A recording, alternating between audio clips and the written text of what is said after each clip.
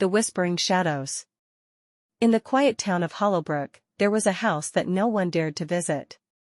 It stood at the end of a long, winding road, its windows broken and its once white paint peeling away in long, ragged strips.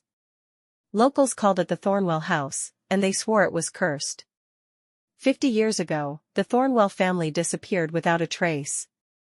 All that was found were strange symbols carved into the walls and a thin layer of dust on the floors, undisturbed as if no one had walked there in ages. Since then, anyone who stayed there for too long began to hear voices, faint whispers just at the edge of hearing, as if someone, or something, was watching. One night, a group of teenagers, daring each other to enter the abandoned house, decided to explore it. They laughed at the old legends, calling them superstitions meant to scare children. Armed with flashlights and phones, they made their way inside.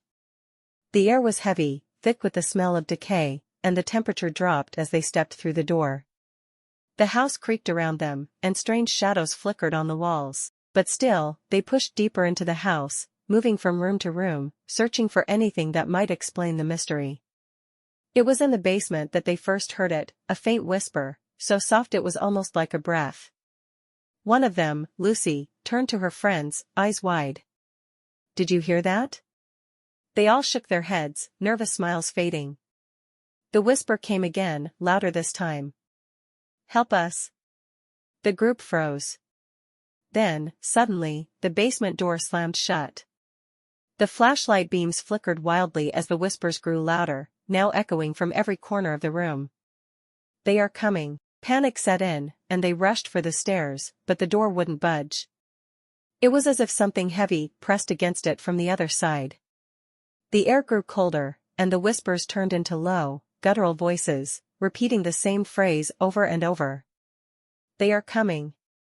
The walls seemed to move, the shadows bending and twisting unnaturally. One by one, the teenagers' flashlights died, leaving them in complete darkness. Then, the laughter started, high-pitched, mocking laughter that echoed through the house. It wasn't coming from any of them. Lucy screamed, and then silence. The next morning, a passing hiker found the Thornwell house as it had always been, quiet, empty, and undisturbed. But the teenagers were never seen again. All that was found were their phones, scattered across the basement floor, their screens displaying messages typed in frantic haste, "They are coming." No one has dared to enter the house since.